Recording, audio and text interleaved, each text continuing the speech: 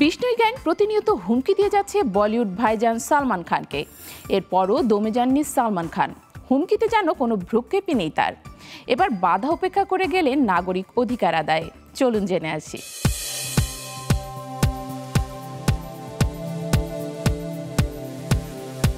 1998 সালে রাজস্থানের কঙ্কানে গ্রামে সিনেমার শুটিংয়ে কৃষ্ণসার হরিণ হত্যার অভিযোগ ওঠে সালমান খানের নামে। এরপর থেকেই বিষ্ণুই গ্যাংয়ের নিশানায় সালমান খান।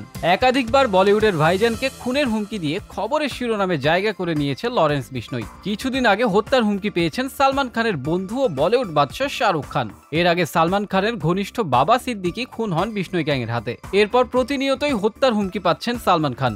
হত্যার হুমকি এখন যেন তার নিত্যদিনের সঙ্গী হয়ে গেছে। প্রাণনাশের এই হুমকি পাওয়ার পর থেকে মুম্বাই পুলিশ ওয়াই ক্যাটাগরির নিরাপত্তা প্রদান করছে বলিউড সুপারস্টারকে। তবুও সালমান খানের এই বিষয়ে যেন কোনো ভ্রুক্ষেপই নেই। বুধবার মহারাষ্ট্রের বিধানসভা ভোটের দিনও কড়া নিরাপত্তায় পোলিং বুথে গিয়ে ভোট দিয়েছেন ভাইজান। সেদিন দুপুরে বান্দ্রা পশ্চিমের মাউন্ট মেরি হাই স্কুলের বুথে ভোট প্রদান করে নাগরিক অধিকার আদায় করেন সালমান খান। এই দিন দুপুরেই অবশ্য বাবা সেলিম খান ও ভাই আরবাজ খানরা ভোট দিয়ে গেছেন। তবে ভাইজানকে পরিবারের সঙ্গে দেখা যায়নি, এসেছেন কড়া নিরাপত্তায় একা। সালমান খান আসায় স্বাভাবিকভাবেই ভোট কেন্দ্রে ভক্তদের ভিড় বৃদ্ধি পায়। কড়া নিরাপত্তা থাকলেও সেদিন সালমান খান ভক্তদের সঙ্গে তুলেছেন ছবি। সম্প্রতি সালমানকে হত্যার হুমকি প্রদানকারী বিষ্ণুই গ্যাংয়ের একজনকে গ্রেফতার করেছে মার্কিন পুলিশ।